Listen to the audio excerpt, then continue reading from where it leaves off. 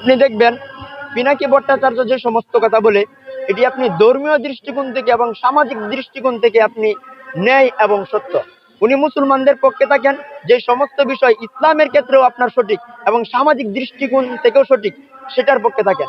কারণ আমরা ধর্ম বর্ণ নির্বিশেষে, ইসলাম ধর্ম হিন্দু ধর্ম বলেন, সমস্ত ধর্মেরই এক একটা মতামত আছে, কিন্তু সামাজিক দৃষ্টিকোণ থেকেও কিছু বিষয় আছে, যেমন চুরি করা, এটার প্রত্যেক ধর্মই এবং সামাজিক দৃষ্টিকোণ থেকেও খারাপ।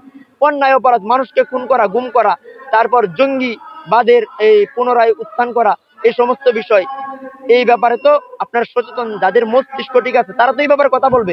অন্যায়ের পক্ষে তো আপনার মুসলমান হওয়া লাগে না, অন্যায়ের পক্ষে কথা বলার জন্য মুসলমান হওয়া শর্ত না।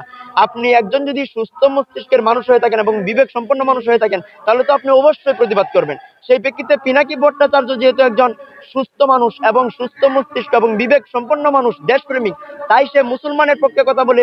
যখন থেকে মুসলমানের উপর অন্যায় হইতেছে, জুলুম হইতেছে, তখন সে কথা বলে। শুধু হিন্দু বলে পিনাকি ভট্টাচার্য কথা বলে এরকম না, ভারতেও দেখবেন যখন এই মুসলমানদের উপর অন্যায় হয়, মুসলমানদের মসজিদ দখল করে নেয়, আরো বিভিন্ন মোদি গুজরাটে মুসলমানদেরকে হত্যা করে, নিপীড়ন করে, তখন হিন্দুরা কিন্তু এই যে আপনার মোদির বিরুদ্ধে বক্তব্য দিয়ে থাকে এবং মোদির বিরুদ্ধে পদক্ষেপ নেই।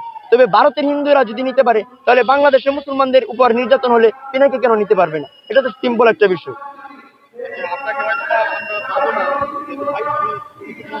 আসবে বা শেখ হাসিনা বাংলাদেশের প্রধানমন্ত্রী রূপে ফিরে আসবে, তখন আমার অট্ট হাসি আসে। আপনি এটা কিরকম অসম্ভব জানেন? হাতের তালুর মধ্যে যেমন পশম ওঠা অসম্ভব, তবে বিপজ্জনক ভাবে হাতের তালুর মধ্যেও পশম উঠতে পারে, কিন্তু এই বাংলাদেশে আওয়ামী লীগ কখনো ফিরে আসতে পারবে না। আমি খোদার কসম দিয়ে বলতে পারি, এই বাংলাদেশে আওয়ামী লীগ কখনোই ফিরে আসতে পারবে না। চিরতরে উৎখাত হয়ে যাবে। যারাই অন্যায় করবে এরাই বাংলাদেশে আর কখনো ফিরে আসতে পারবে না। কারণ যেদিন 32 নম্বর ভেঙে ঘুরিয়ে দিয়েছে, সেদিনেই আওয়ামী লীগের চিরস্থায়ী পতন হয়ে গিয়েছে। আপনি জানেন, আবু জাহেল, আবু লাহাব, উতবা, সাইবা, নমরুদ ছিল, তাদেরকেও আল্লাহ তাআলা অনেক ক্ষমতা দিয়েছিল, কিন্তু তাদের যে পতন হয়েছে, পুনরায় তারা ফিরে আসতে পারে নাই। যারা অন্যায় অপরাধ করবে তারা পুনরায় এই বাংলাদেশে ফিরে আসতে পারবে না। কারণ এই পৃথিবী হলো আল্লাহ তাআলার দ্বারা নিয়ন্ত্রিত হয়, এই দুনিয়াটা আল্লাহ তাআলার দ্বারা নিয়ন্ত্রিত হয়। আল্লাহ তাআলা মানুষকে ক্ষমতা দিয়ে পরীক্ষা করেন।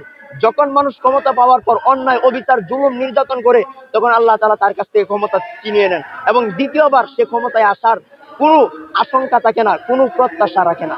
তাই আওয়ামী লীগ বাংলাদেশে ফিরে আসবে, এই কথা শুনলে গাধাও হাসবে। এটা অসম্ভব, বাংলাদেশে আওয়ামী লীগ ফিরতে পারবেন।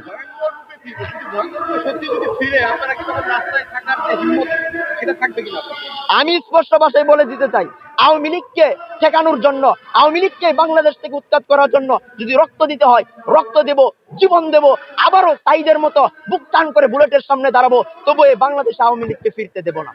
এটাই স্পষ্ট কথা। কারণ এই আওয়ামী লীগ মূলত রাজনীতি করে না, আওয়ামী লীগ হত্যাযোগ্য করে। আপনারা জানেন কত মায়ের বুক এই আওয়ামী লীগ কালি করেছে, কত মানুষকে হত্যা করেছে, কত গুম করেছে, কত খুন করেছে, কত রাজধানী করেছে, এটা সংখ্যায় আপনার বলে উল্লেখ করা যাবে না। তাই আওয়ামী লীগকে ফিরিয়ে দেওয়া মানে আমাদের বাংলাদেশটাকে ধ্বংস করে দেওয়া। আওয়ামী লীগকে ফিরিয়ে দেওয়া মানে দিল্লির দাসত্ব করা এই বাংলাদেশকে। আমরা ভারতের দাসত্ব করব না, আওয়ামী লীগকেও ফিরতে দেব না। এই আওয়ামী লীগ বাংলাদেশে কখনোই ফিরতে পারবে না। আপনারা জানেন আওয়ামী লীগ সাধারণভাবে একটু মাথা তারা দিয়ে উঠলেই জনগণ কিভাবে সতর্ক হয়ে যায়, কিভাবে রাজপথে নেমে যায়।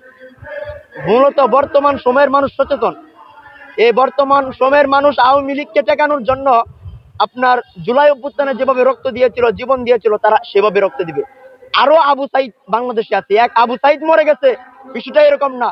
বাংলাদেশে আবু সাইদ একটা না, বাংলাদেশে মুগ্ধ একটা না, বাংলাদেশে হাজারো আবু সাইদ আছে, হাজারো মুগ্ধ আছে, হাজারো তাহমিদ আছে, যারা জীবন দিয়ে, রক্ত দিয়ে, সংগ্রাম করে, যুদ্ধ করে এই আওয়ামী লীগকে বাংলাদেশ থেকে উৎখাত করে দিবে।